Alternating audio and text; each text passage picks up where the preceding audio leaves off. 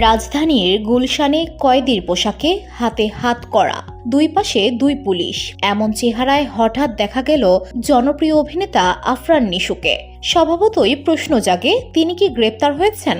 সাজাপ্রাপ্ত আসামিরাই তো গ্রেপ্তারের পরই কয়েদির পোশাক পান, তাহলে নিশু কেন এমন রূপে? আসন্ন ঈদে মুক্তি পাচ্ছে বসখ্যাত অভিনেতার সিনেমা দাগি। এই সিনেমার প্রচারের অংশ হিসেবে বৃহস্পতিবার রাজধানীর গুলশানের শুটিং ক্লাবে আয়োজিত সংবাদ সম্মেলনে তিনি হাজির হন কয়েদির বেশে। বসুন্ধরা, উত্তরা, বনশ্রী, কুড়িল ও বাড্ডা সহ রাজধানীর বিভিন্ন স্থানে অভিজাত ও অত্যাধুনিক মানের ফ্ল্যাট কেনার এক নির্ভরযোগ্য প্রতিষ্ঠান pleasant properties limited.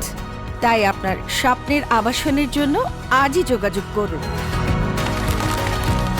Pleasant properties limited, where destiny matches eventually. Shihab Shaheen পরিচালিত এই সিনেমা মূলত মুক্তি ও প্রায়শ্চিত্তের গল্প নিয়ে তৈরি। সংবাদ সম্মেলনে চমক দিতে নিশুকে পুলিশ ভ্যানে করে আনা হয়। এরপর হাতকড়া পরিহিত অবস্থায় মঞ্চে ওঠেন তিনি। পরিচালক শিহাব নিজ হাতে তার হাতকড়া খুলে দেন এবং তাকে তার আসনে বসান। এই ব্যতিক্রমী প্রচারণা উপস্থিত সবাইকে বিস্মিত করে। আসছে ঈদে দাগি মুক্তি পেতে যাচ্ছে, তবে দর্শক কি এই কয়েদির গল্পে নতুন কিছু খুঁজে পাবেন? উত্তর মিলবে সিনেমার পর্দায়। VOD Bangla news desk.